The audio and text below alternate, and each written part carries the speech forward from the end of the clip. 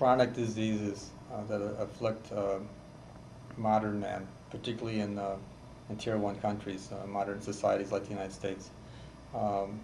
It's still an immune problem, but they can go a couple different ways. If the immune system is downregulated, you develop allergies.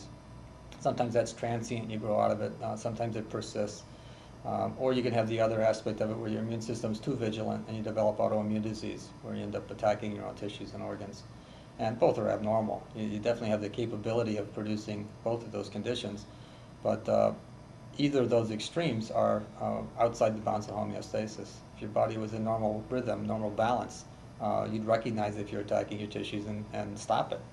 And that actually occurs a lot. Many people will have a certain trigger that'll send out a blast of arthritis for 2 or 3 months, and then it disappears for a while. And some of the patients have taken medication to try to stop the pain from arthritis, only to decide it bothered their stomach so much they would really rather have the pain from the arthritis, and it disappeared on its own. But in a lot of cases, autoimmune disease is very prevalent in the United States, and Crohn's disease, ulcerative colitis, not to mention asthma, classical allergy, but lupus, multiple sclerosis, cardiovascular disease. Most cardiovascular disease ultimately ends up to being an autoimmune disease.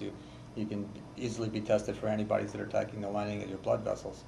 And taking medication to make your heart pump harder or stretch your blood vessels has nothing to do with the primary disorder. So even though you feel better, the disease progresses. And unfortunately, it basically gets you at the end unless some intervention is done on an earlier level. The immune system listens and pays attention to everything in the environment. It has to make choices every day whether it's supposed to attack something or not.